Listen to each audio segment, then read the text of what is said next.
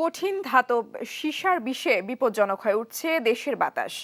আর এই সীসার বিষ ছড়ানো ব্যাটারির ভাট্টি গড়ে উঠেছে সারা দেশে প্রায় 500।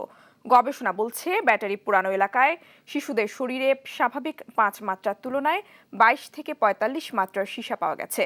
এতে শ্বাসকষ্ট, কিডনি ক্যান্সার সহ মারাত্মক রোগে আক্রান্ত হচ্ছে মানুষ। বাতাসে বিষ ধারাবাহিকের আজ প্রথম পর্ব। সজীব রহমানের ছবিতে দেখুন ফখরুল ইসলামের অনুসন্ধান।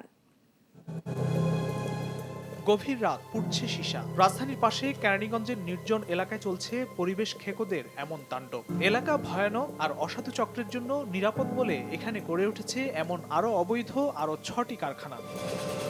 এই কারখানায় সংবাদকর্মীদের উপস্থিতি টের পেয়ে এলাকার অন্য সব কারখানা বন্ধ করে ততক্ষণে সটকে পড়েন অনেকে।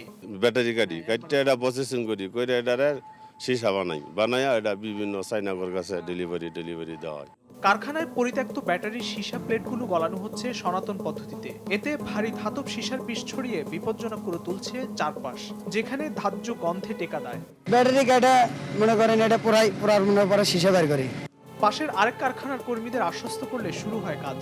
এখানেও একই কায়দায় চলে বিষ ছড়ানোর তাণ্ডব। সীসা নাকি বেশি লাভ, এজন্য বাড়ছে অবৈধ কারখানার সংখ্যা। ভেতরে উত্তপ্ত চুলায় সীসার প্লেট গলাচ্ছেন এখানকার কর্মীরা। চুলা প্রতি বেরিয়ে আসছে 1 টন নিরেট সীসা। গভীর রাতে এভাবে অবৈধভাবে ব্যাটারি গলিয়ে তৈরি করা হচ্ছে সীসা। এই সীসার বিষে মিশে যাচ্ছে বাতাসে, যা মানব স্বাস্থ্যের জন্য মারাত্মক ক্ষতিকর। গলিত সীসা কড়াইয়ে ঢেলে তৈরি করা হয় খাঁটি সীসার প্লেট। এগুলোই সাপ্লাই দেওয়া হয় বিভিন্ন চাইনিজ ব্যাটারি প্রস্তুতকারী কোম্পানিতে। রাত গভীর হওয়ায় পাশের আরেক কারখানায়ও শুরু হয় কাজ। ব্যাটারির চুল্লিতে কয়েক টন ব্যাটারি সীসাযুক্ত প্লেট দিয়ে শুরু হয় গলানোর কাজ। আমরা এই যে সীসা গলাইতেছি, আমি সঠিক জানি না এটা বৈধ কি অবৈধ, আমি জানি না। মধ্যরাতে এমন আরেক কারখানার খোঁজ মেলে সাভারের আমিন বাজারে। ময়লার বাঘাড়ের পাশে হয় সেখানেও নিশ্চিন্তে সীসা গলাচ্ছেন মালিক। কাজ করি, কি অসুখ বিসুখ কি অসুখ যাবে আমরা নিজেও বলতে পারি না ভাই। সারা দেশে এমন অবৈধ কারখানা 500রও বেশি। অবৈধ এই কারখানাগুলি নাকি দেশে চাহিদার 60% সীসা যোগান দিয়ে থাকে।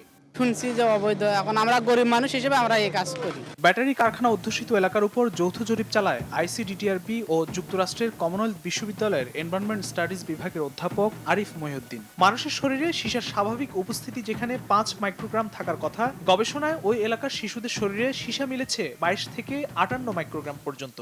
যেখানে ব্যাটারি রিসাইক্লিং হচ্ছে সেখানে আপনার লেডের পরিমাণ এত বেশি, সহনীয় মাত্রার কয়েক হাজার গুণ বেশি। পরিবেশ দূষণের সবচেয়ে বিপজ্জনক ধাতব লেড ও সীসা। আর এই কঠিন ধাতবে বেশি ক্ষতিগ্রস্ত হচ্ছে 7 থেকে 12 বছরের শিশুরা। ফখরুল ইসলাম, দেশ টিভি, ঢাকা।